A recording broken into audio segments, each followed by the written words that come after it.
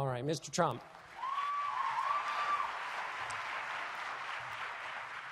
On Monday, George W. Bush will campaign in South Carolina for his brother. As you said tonight, and you've often said, the Iraq War and your opposition to it was a sign of your good judgment. In 2008, in an interview with Wolf Blitzer talking about President George W. Bush's conduct of the war, you said you were surprised that Democratic leader Nancy Pelosi didn't try to impeach him. You said, quote, which personally I think would have been a wonderful thing, close quote. When you were asked what you meant by that, you said, for the war. For the war. He lied. He got us into the war with lies.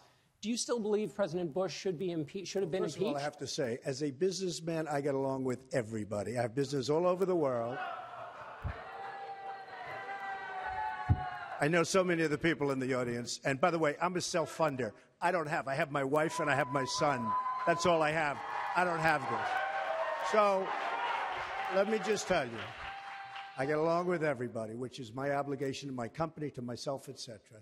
Obviously, the war in Iraq was a big, fat mistake, all right?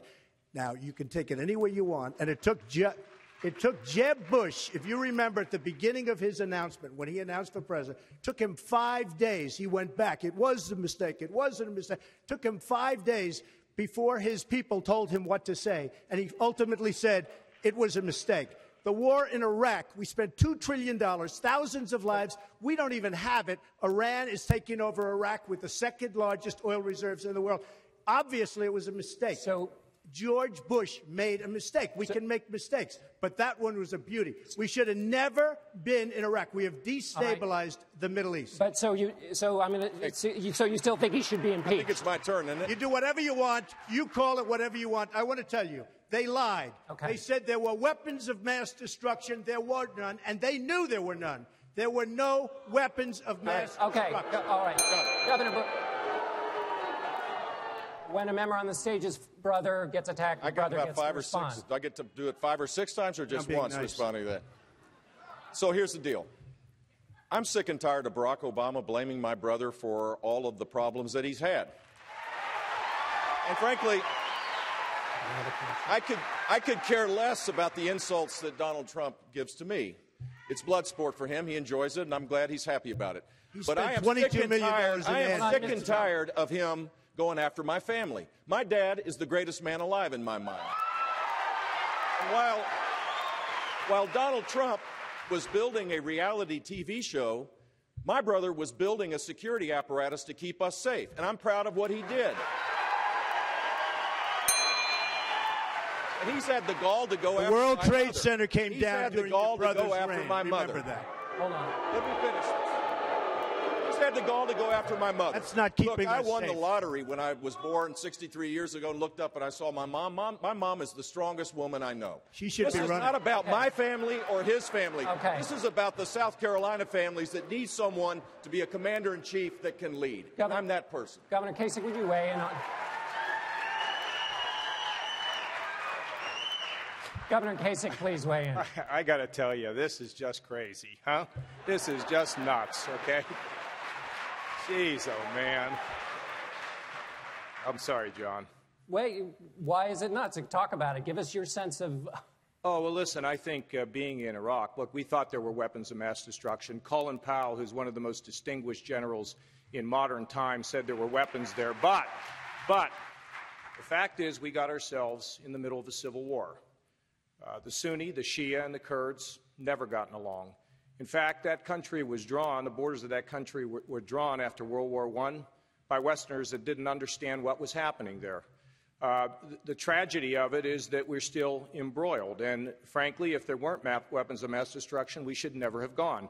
I don't believe that the United States should involve itself in civil wars. Civil wars are not in our direct interests, and look, I served on the Defense Committee for 18 years and was called into the Pentagon after 9/11 by Secretary Rumsfeld to deal with some of the most serious problems that we faced.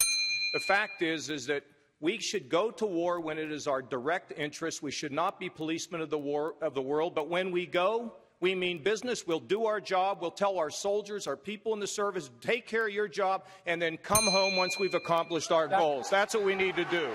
30 seconds, Senator. I just want to say, at least on behalf of me and my family, I thank God all the time that it was George W. Bush in the White House on 9/11 and not Al Gore.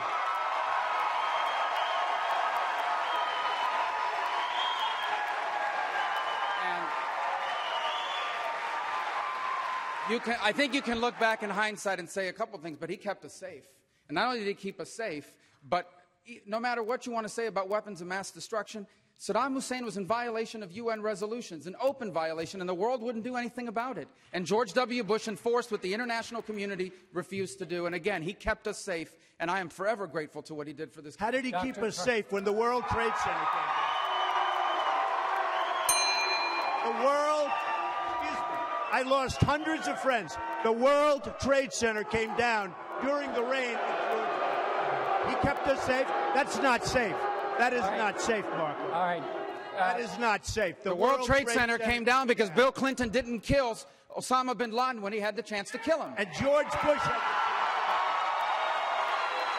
By the way, George Bush had the chance also, and he didn't listen to the advice of his CIA.